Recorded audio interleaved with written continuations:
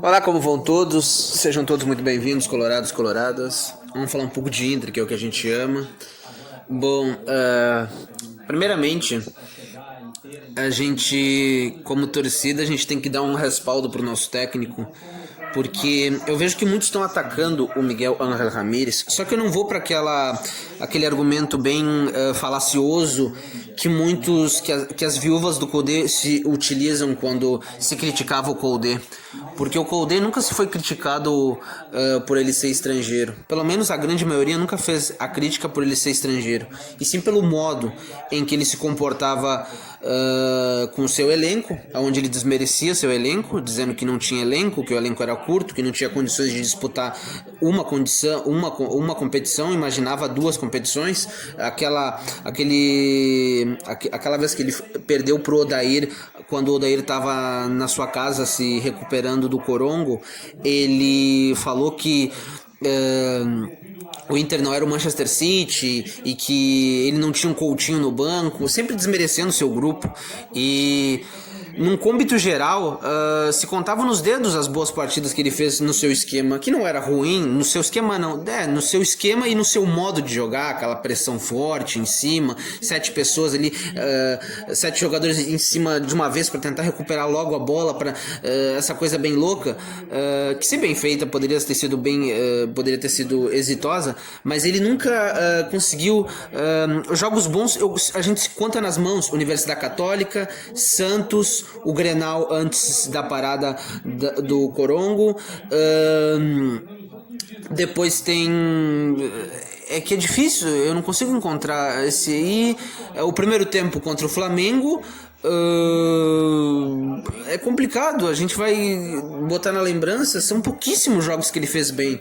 E ele era muito limitado no seu esquema, porque eu me lembro que quando ele perdia determinados jogadores, ele não conseguia arrumar opções e não conseguia arrumar o seu time com o que ele tinha dentro do grupo, porque o Abelão ele foi massacrado pela imprensa. Eu me lembro a Rádio Guaíba, com aqueles comentaristas de merda deles, sentando o cacete no Abel Braga, porque o Abel Braga ele tinha se esquecido o nome de algum jogador, que ele não estava bem familiarizado. Só que curiosamente aconteceu isso com o Miguel Ángel Ramírez. Eu não quero matar o Miguel Ángel Ramírez por causa disso, até porque eu acho normal isso, porque tu tá te ambientando, tu tá conhecendo teus comandados, não é algo assim de pronto que tu vai saber tudo.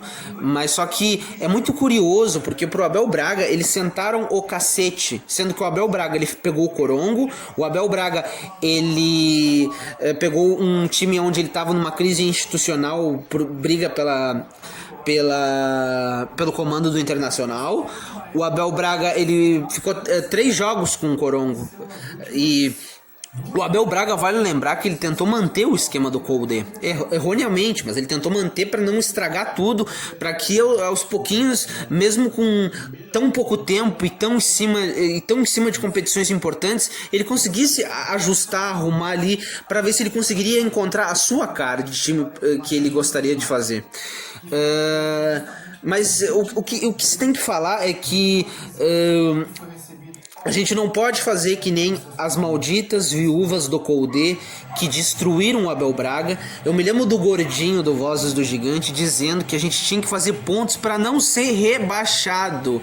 É incrível isso, porque eles têm uma devoção assim imensa ao Eduardo Coudet, porque eles falam assim: aqueles que criticam o Eduardo Coudet são mais viúvas do que porque a gente diz que eles são viúvas. Mas a questão não é essa, a questão é que a gente sempre tem que lembrar a história e colocar tudo o que aconteceu, porque senão fica só a narrativa deles. E o mais curioso é que para qualquer coisa boa que aconteceu, se exalta o Coudet e levanta lá em cima.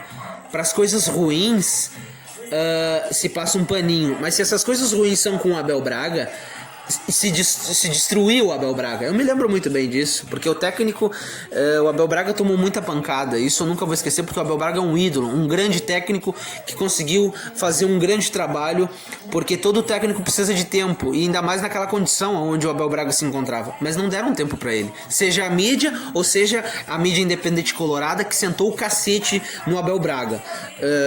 Incrivelmente isso aconteceu, e o Abel Braga mostrou que com esse mesmo elenco que o Koudé colocava como curto, ele conseguiu fazer uma grande campanha.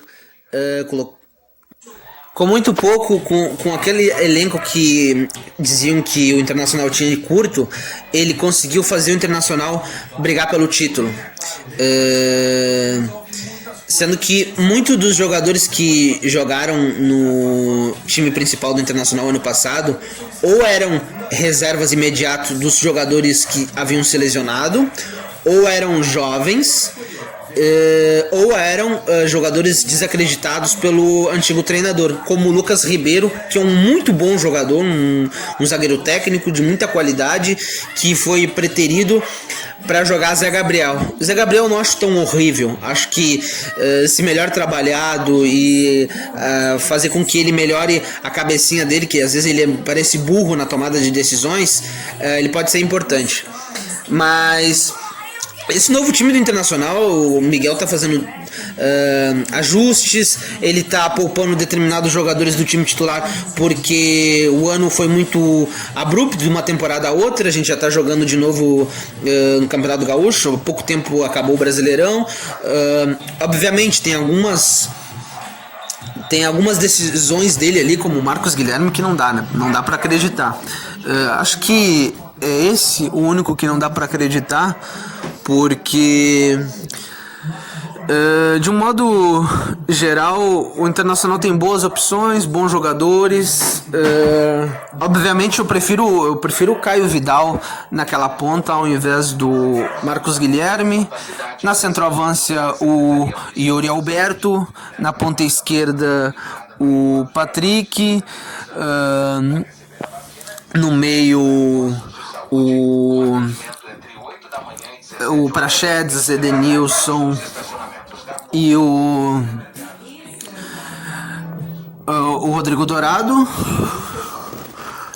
Nas laterais o Heitor Moisés, Lucas Ribeiro e o Cuesta. E no gol o Danilo Fernandes, que é o melhorzinho que tem com os pés e que vai conseguir fazer bem o papel dele.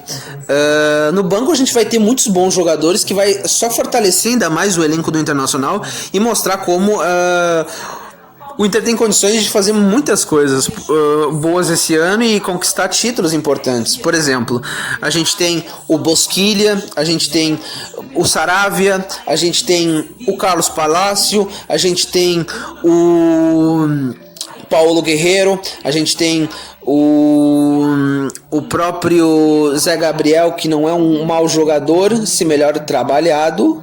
A gente tem também para jogar o Lucas Ramos, que pode ser a assinatura do Miguel Ángel Ramírez, o jovem que ele vai lançar. A gente tem também para jogar o Léo Borges, que é um muito bom lateral, eu gosto dele. A gente tem o Johnny, que é um bom reserva pro Dourado, que é um jogador que tem um plus, que é um jogador que, se melhor trabalhado, pode fazer muito bem aquela função do Dourado e até um pouco mais. A gente tem muitos bons jogadores, muitos bons valores que vão somar o clube, porque às vezes eu vejo que o pessoal fica fazendo, a gente tem o Tyson ainda que vai vir, o pessoal fica fazendo muita elucubração, como vai ser a escalação do Inter, o Paulo Guerreiro tem que ficar na reserva ou não tem que entrar. A gente vai ter vários jogos e várias opções para modificar a partida, e todos os jogadores vão poder jogar, isso eu tenho certeza absoluta. E me parece, pelo que eu tô vendo, que o Miguel Ángel Ramírez gosta de fazer esse rodízio. Vamos ver, pelo menos que tenha uma base estrutural de time titular, e aí tu faz um rodízio em 3-4, mais ou menos por aí, até porque o ano é grande e determinado jogador que pode sofrer mais, ele pode fazer esse rodízio, vamos dizer assim.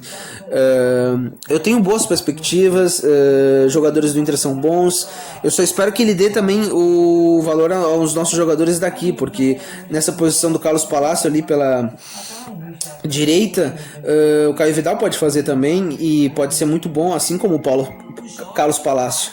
Tempo, paz, paciência, obviamente críticas construtivas é importante, e esse jogo contra o Caxias vai ser um bom teste, porque o Caxias é um time interessante que vai ajudar a dar mais ritmo e condições para a gente fazer boas atuações esse ano todo.